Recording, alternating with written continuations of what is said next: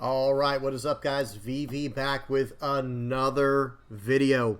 And in today's video, guys, we're going to be doing a little bit of a breakdown, a game analysis, a matchup analysis between Sakazuki and Sakazuki, dealing with the mirror match. And we're going to be doing, we're going to be looking at the grand finals from the European Nationals. Okay, it happened just this weekend at the time of recording this video. This just happened over the weekend. It was like almost a 2,500 player turnout, or just around 2,500 players, something like that, which is just incredible. So let's go ahead and hop into this game. And real quick before we start, I'm gonna hit play, and while they're talking or whatever they're doing, put it on three. I always like to put on 2x speed, make sure the volume's off, all that good stuff. But notice down the bottom here, it is 1-1, and it is a best-of-3 format. So this is the grand finals, the final game. So whoever wins this game wins it all. All right. So just to kind of put things into perspective, this is what's at stake, right? This is for everything. Okay. So real quick, right away, this is an interesting idea here. The player on the right does this method of keeping track if he used his Sakazuki's leader by flipping the card over.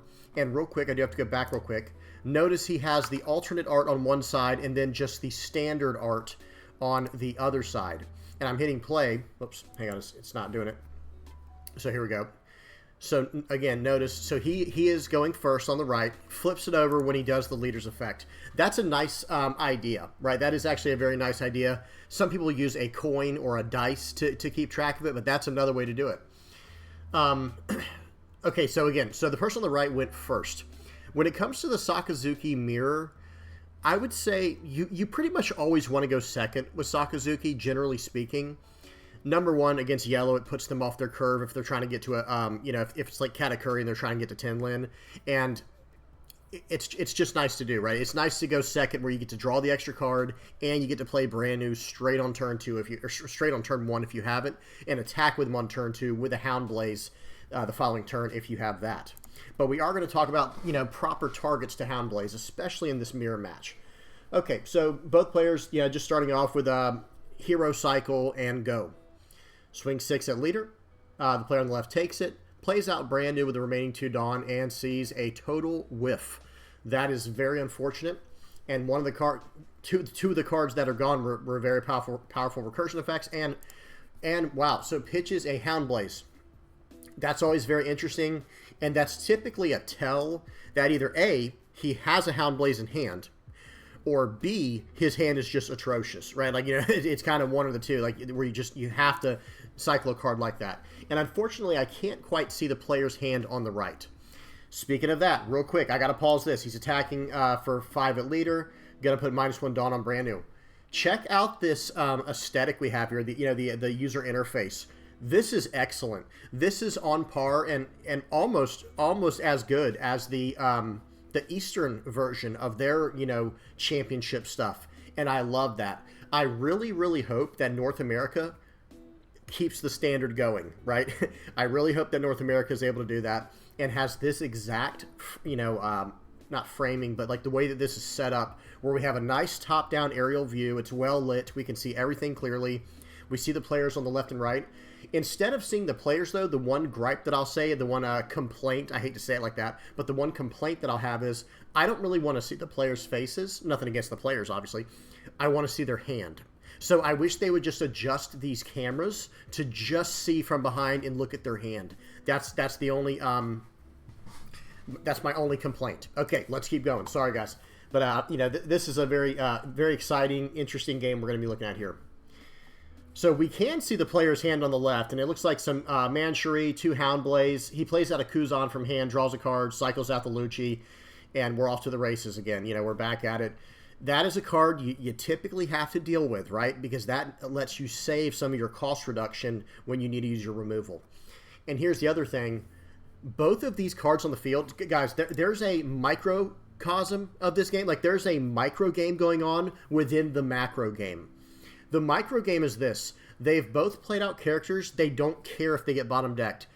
Kuzan and Branu have done their jobs. Do you understand what I'm saying? They have come down into play. They drew the card they needed to draw. Well, Branu whiffed, unfortunately, but you get the point. He's done his effect, and Kuzan has done his effect. And now if you bottom deck this with something like you know, Houndblaze, that's an ideal target for, you know, that's a target they're not upset that you Houndblaze, because they want you to destroy or KO their Rebekkas, their Luchis, and their Hinas. These cards, they're not afraid to get bottom decked, okay? Just something to really think about. And that's what this video is going to be about today, guys, right? We're going to break down these matchups. We're going to analyze the mirror match, and we're just going to talk about the game in general. Counters out with a Borsalino. Also very good. We have to mention that. And here comes a Hina. Now, he counters out with the Borsalino. That's very nice, because now he does have access to that later in the game if he needs it through Moncherie or Rebekka. Okay, sorry, guys. I will let it play out. I just want to make sure you guys, you know, make sure we don't miss anything. And he Houndblazes. He Houndblazes the Kuzan off the board. He's not worried about it. He's more worried right now about keeping tempo up and keeping his opponent on the back foot. And that's another thing I need to mention, to be completely honest with you guys. I'll try and mention it while he's doing this here. If you keep the Sakazuki, your opponent Sakazuki, on a low amount of life and low counters where you're just kind of bashing in, that's a very good strategy as well. Because what it does is it doesn't allow them, whoops, I don't know why it went up like that, but it doesn't allow them to set up. You see what I'm saying? It does not allow them to perform the combos to the most efficient manner. You're just putting on nonstop pressure, nonstop aggression.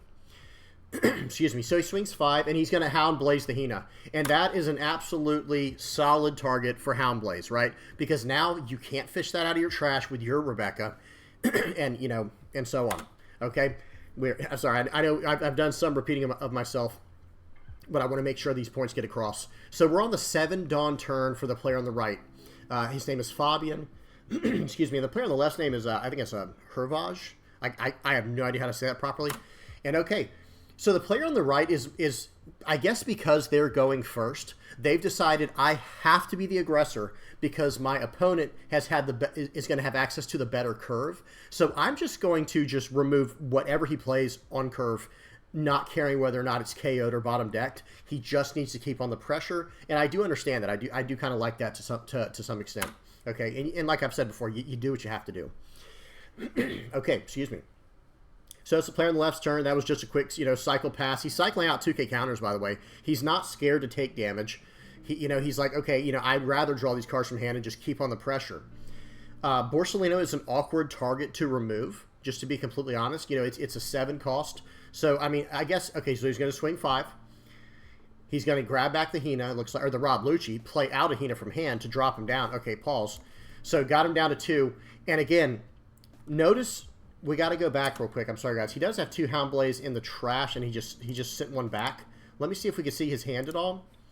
He does have he's at 8 Dawn.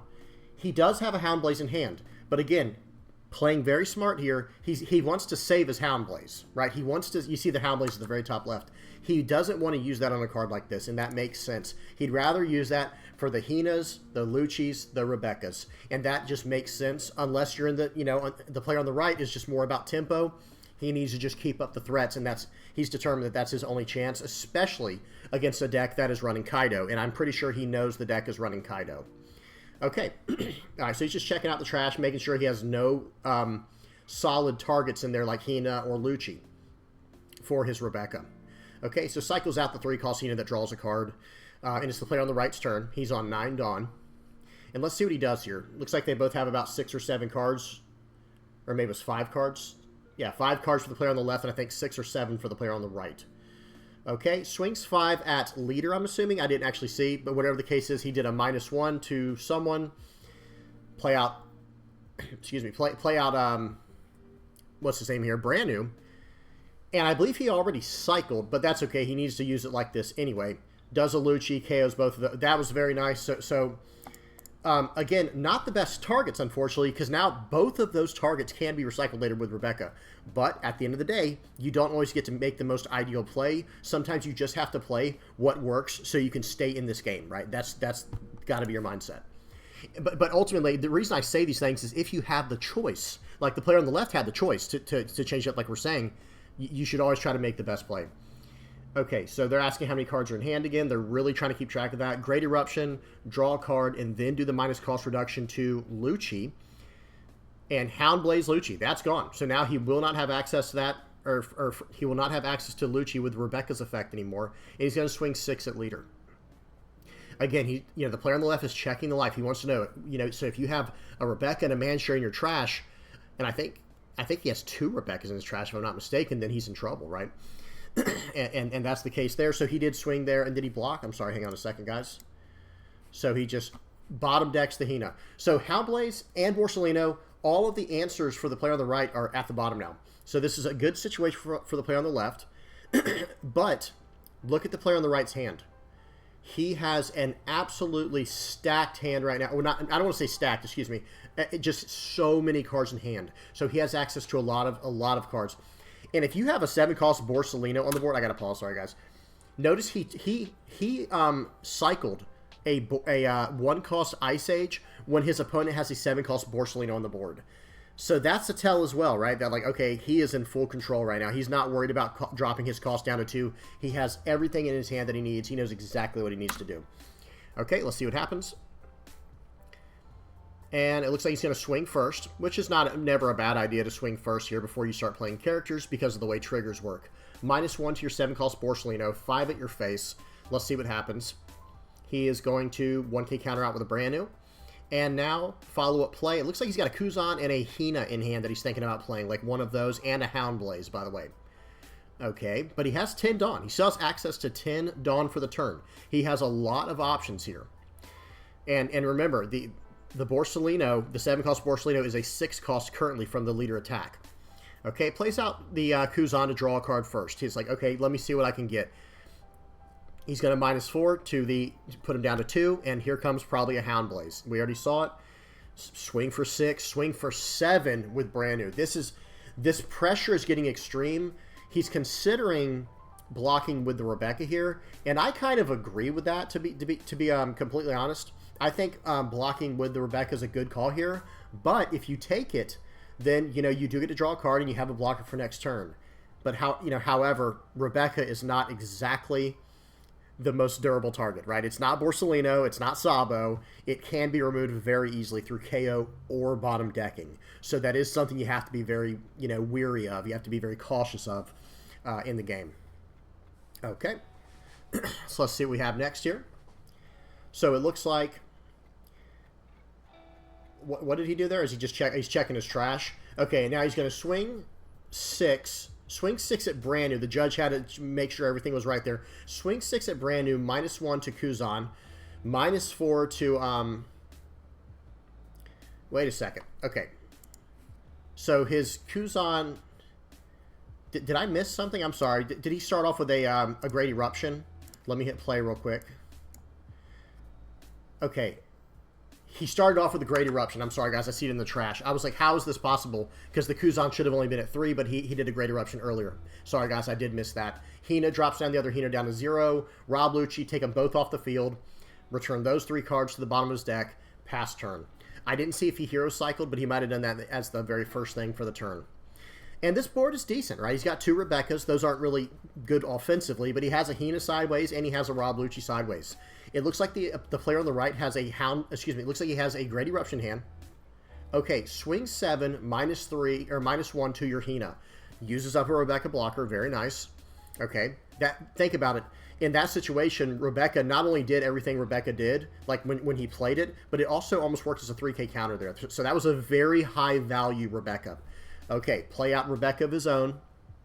Gets back the Hina that was just in the trash. Because remember, guys, now that card's in the trash, he has access to it with his Rebeccas. And the player on the left was very diligent about getting all those cards out of the trash and into the bottom of the deck. But at the end here, it looks like he just had that one glimmer of hope he had. It was there, and the player on the right took full advantage of it. Completely wipes his board for the most part here. Bottom decks those cards for Lucci's effect. And now, look at this. You'll see this often, guys, with Blue-Black Sakazuki. You're going to see this all the time, where the player on the left is going to clear the board and have full board control. Then the player on the right does the same thing and it goes back and forth, back and forth. It's very much a up and down game. And one of the most important things to do is, let me pause it. One of the most important things to do in this situation is to just keep cool and keep your how do I say this? Like, keep strong in your stature, right? Make sure you're not wavering. Just keep your head in the game and just be patient, okay? Just keep playing good, and that's you have to keep your composure, right? That's the word I was looking for. You have to keep a strong composure. Swing 5 at leader, -1 to your Hina, okay?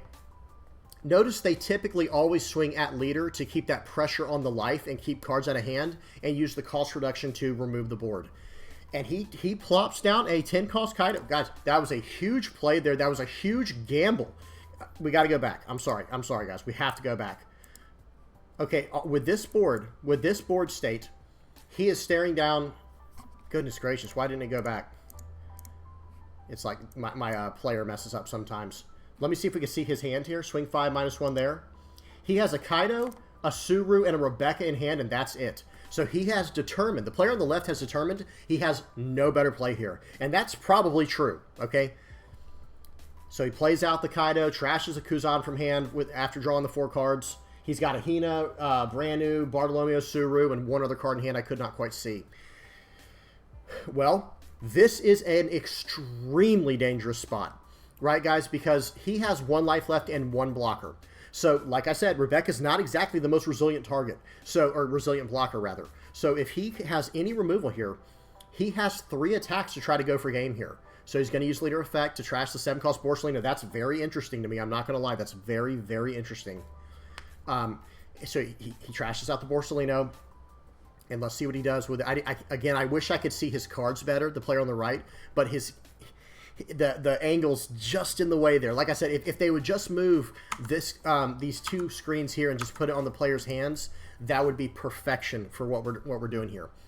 Okay, so this is a extremely important turn. Starts off with a 1 Dawn investment, swing for 7 at your leader. I like that. I actually like that quite a bit. This will probably be met with a 2K, 1K counter or the Rebecca blocker, and it's the Rebecca blocker. 2K, 1K gives a little much, but at the same time here, like I'm just gonna say he could swing 9, swing 10 here and try to be greedy and go for game. I wonder how that would have paid off, because we don't know what the last card is for the Sakazuki player. But man, this could have been a very ugly turn here if he had tried that. I think he might have. Well, he got out of the 7, no problem. Okay, and now there's still 7 Dawn left for the turn. I think at this point in the game, you just have to survive next turn. If you're the player on the right, because he still has a 5K swing from his leader, right? At least bare minimum 5K swing from leader. So he does a Great Eruption, -2 to your Kaido. Is he going to be able to remove the Kaido here? Swing 7, -1 to your Kaido. And it looks like he's really thinking about taking this. He can counter out of it, but it will cost a Rebecca and a 2K counter, I think. Okay, he wants to see the trash again. There's a lot of trash stuff going on here. Okay. And let's see what he does. He's scratching his head. And remember, guys, I think this is day 2. The grand finals does like a top, I think it was like a top 16 or top 32 cut. So he does. He 2K, 1K counters out. He has 2 cards left in hand, full board. He has a Borsellino and a Rebecca. So realistically, there's probably not going to be a possible way for him to end the turn, or end the game this turn. The player on the left, I'm saying. He swings 7. You block with the Rebecca, right? Okay, yeah. I'll say there's 0 chance. Now, taking this, I would consider taking this, because there is no rush card in Blue-Black Sakazuki. Okay, I mean, you can put in like an Usopp, I guess, but people aren't running that. And, okay, and that was the best play he could do. And right there, guys. So this, I'm going to pause it. I have seen the conclusion of this game. He unfortunately makes a mistake here, pulling a card from hand, playing quickly. And what I was just mentioning before this is it has been 2 grueling days of hardcore Sakazuki play. The players are fatigued, and it shows right here. He has a Hina in hand. He meant to play out the Hina instead of the Suru 2K counter. And notice right here, he's like, oh my God, look what I did. Look at him. And you can see he just concedes. He's like, oh no, I made a mistake. And it happens. It does happen. I'm surprised, it happened at this exact point. Because I would have, maybe you just keep going. See, he has the Hina in hand he's showing right now.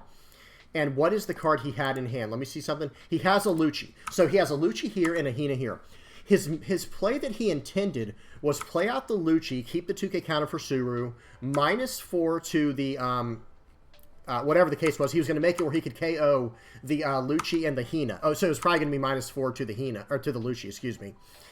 And then you play out the Lucci like he's playing, removes these 2 cards, and then it comes down to what can the player on the right do to win this game. And all that is standing in his way of victory is a 0 power 4 cost blocker and then 2 life. So let's see what happens. It does. I do record this game for long enough to show what happens. Look, they're talking right now. He's saying, hey, I meant to do Hina. You know, it was a simple mistake. He played out the Suru. You know, it was just unfortunate. I think he still should have probably tried, but still, when you're a player of this level, every single mistake adds up. Every single mistake does, and he's about to show, sorry guys, I was looking at something. Every single play adds up, every single mistake. You're on camera, you know everyone's watching, your nerves are getting to you, you're fatigued, you're tired. But look at what was the next card. So it was a Hound Blaze anyway. Okay, all right, so this is what, so he shows, like, here's the cards I had. I'm going to remove your guy, and I'm going to swing for 7k, 8k is probably what he's saying. And then he shows he drew a card for the turn, and then after trashing card was a Hound Blaze. And that's what he was showing right there at the very end, right there. Okay, let me see if I gotta slow down the speed to like the opposite of what we've been doing. Here we go. All right, we got it in super slow motion here, and I'm gonna try to pause it right when he reaches for the top card. So draw a card for the turn. That's what he had drawn. Then cycle a card for the turn.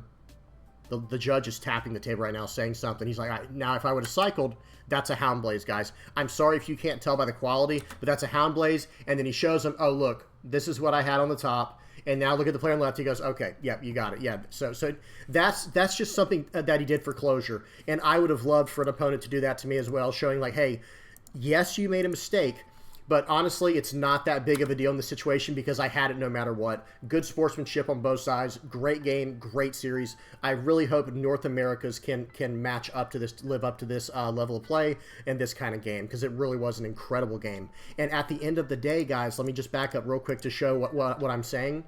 He only would have had a Suru in hand because remember, he tried to play out the Hina. He only had a 2k in hand and he had this one blocker. The player on the right, let's see if they show his hand. We might have to go back a little bit. He has a Hina, or excuse me, he has a Suru, so he has a -2 in hand. He's going to be able to get through this with the Lucci in hand if he needs to, or with the Hound Blaze, and that's only a 5 Dawn investment, and it would have been swing. So for 5 Dawn, well, with Hound Blaze, it would have been even better, by the way. Like, after doing the cycling, it would have only been a 3 Dawn investment with the one call Suru to -2 to the Rebecca here. He would have still had the Borsellino and the leader swing. So it would have been more than enough to math him out where he could have swung for like 7 and 8, if not more than that, right? Because it would have been, let me do the math real quick. So 7 Dawn remaining, and then he would have gotten +3 from the Hound Blaze. So that would have been, so 7 + 3 is +10. So he would have been able to go 10k, 10k, or 9k, 11k, I believe. Y'all help me out if I did the math wrong. Anyway, y'all get the point. Very good game. And let me go to this very end part here where he shows the top card because it's just a nice gesture to end on, you know, with the handshake. Let me go 2x speed. So guys, I hope y'all enjoyed. That's pretty much it. And this, like I said, this was still a great game. And it was just, you know, it's some mirror matches are easier to watch than others. That's all I'll say. Like some mirror matches are just, I actually enjoy the Sakazuki mirror match. Certain mirror matches I enjoy to watch because there's such a high level of play going on. You're analyzing, like I said, there's a micro game going on within the macro game. And then, you know, the whole time we're dealing with, you know, just every single card from the top, you know, playing correctly, like drawing, hoping that you draw a decent amount of cards, or not a decent, excuse me, a decent amount of answers you need to deal with your opponent. So anyway, great game. I'm going to quit rambling. Hope you all enjoyed. Please don't forget to like and subscribe. If I missed anything, you guys know the drill. Please help me out in the comment section below. I appreciate you guys. And yeah, until next time, guys. Peace.